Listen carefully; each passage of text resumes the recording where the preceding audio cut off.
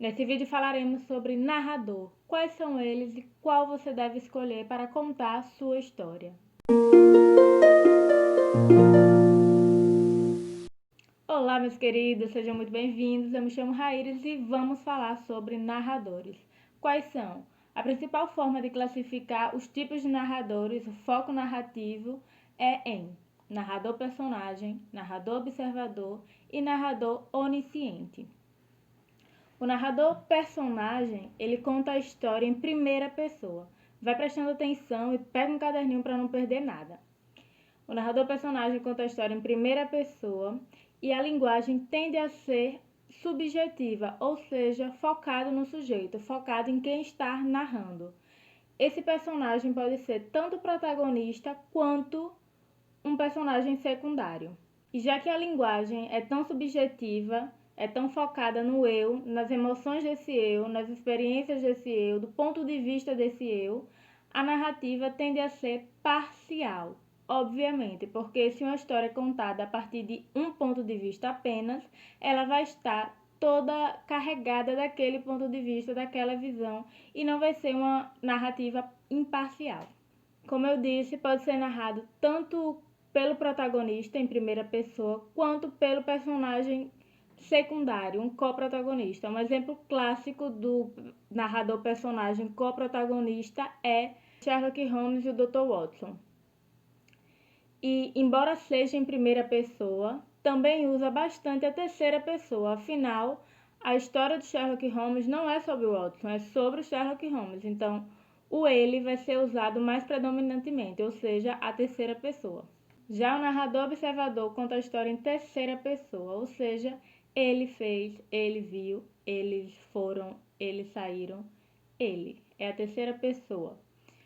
E a linguagem tende a ser imparcial, porque o narrador observador não faz parte da história, ele não tem um ponto de vista e ele não está contando a história a partir do ponto de vista de ninguém, porque ele não tem acesso aos pensamentos do personagem, ele não tem acesso ao que se passa na mente ou na personalidade dos personagens. Ele conta a história, ele conta os fatos, ele conta o que pode ser observado. É como se ele fosse o próprio leitor. Ele sabe tanto quanto o leitor. Então, se é imparcialidade que você quer, o narrador observador é o ideal. Já o narrador onisciente é muito mais complicado, porque veja bem, o narrador onisciente conta a história em terceira pessoa. Entretanto, ele é onisciente, ou seja, ele sabe tudo, ele pode tudo, ele é o deus da narração. Predominantemente, a história é contada em terceira pessoa. E ele não faz parte da história porque ele não é o narrador personagem. Mas ainda assim, ele pode opinar, ele pode comentar aquela história, ele pode usar a primeira pessoa. Porque ele pode tudo, ele é o narrador onisciente. O narrador onisciente também tem acesso à mente dos personagens. Ele sabe tudo sobre o que o personagem está sentindo, o que o personagem pensou, o que o personagem fez, fará, farará, farará.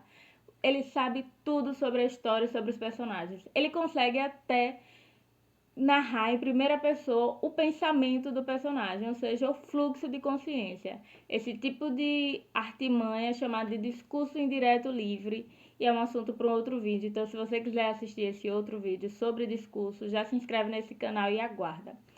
E voltando ao narrador onisciente, ele se divide em dois tipos: o narrador seletivo e o narrador intruso. O seletivo usa a sua onisciência em apenas um personagem, por exemplo, o protagonista. Digamos que o narrador seja onisciente, ele possa saber o que todo mundo está pensando e o que todo mundo está sentindo, mas ele escolhe um personagem e é a partir do ponto de vista daquele personagem que ele conta a história. E ele só consegue não que ele consegue tudo, mas ele escolhe só contar o que aquele personagem está pensando. Um exemplo disso é o menino do pijama listrado. Ele conta a partir do ponto de vista de Bruno. Não sabemos o que o menino do pijama listrado pensa, não sabemos o que o pai do menino, que é a irmã, o que ninguém pensa. É a história contada a partir do ponto de vista de Bruno.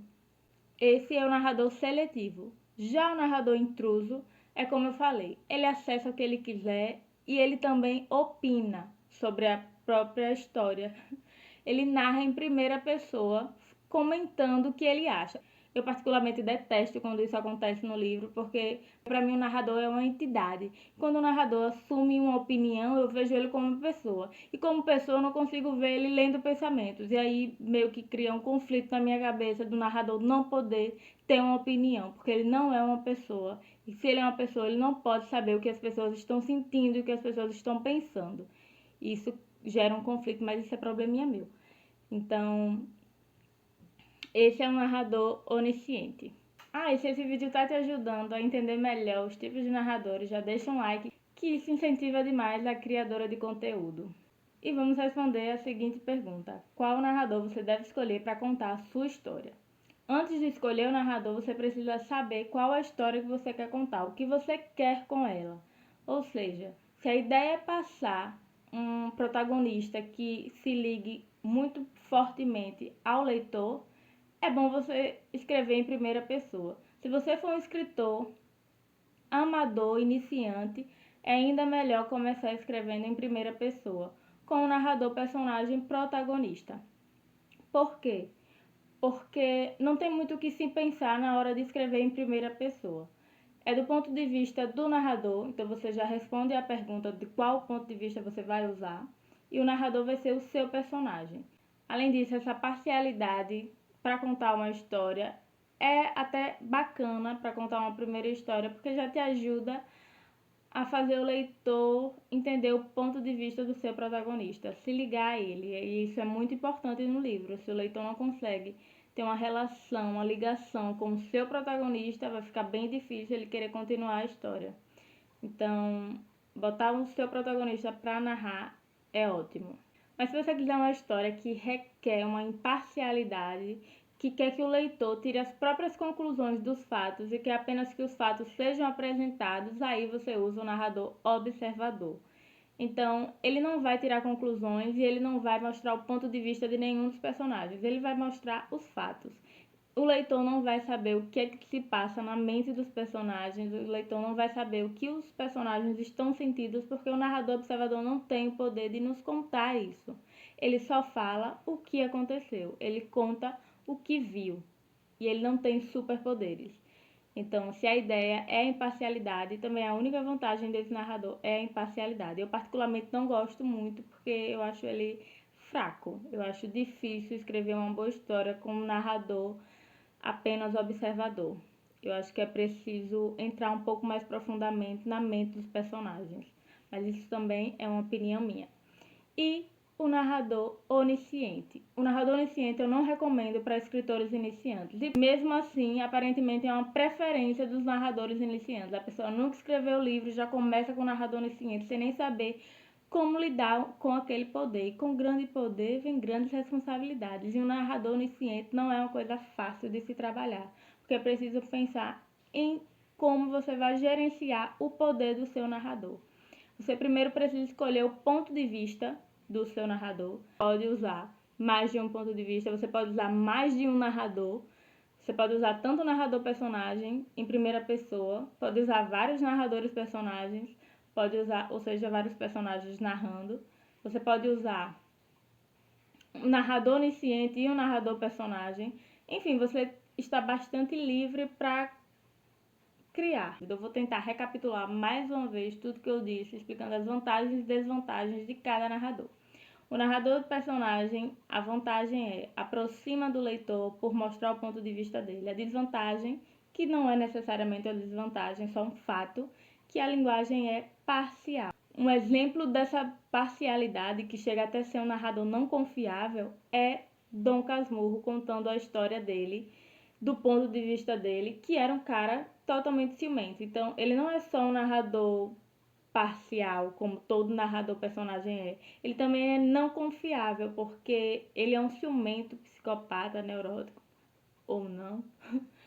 E a gente não sabe de verdade quem era a Capitu. A gente sabe o que Dom Casmurro nos contou.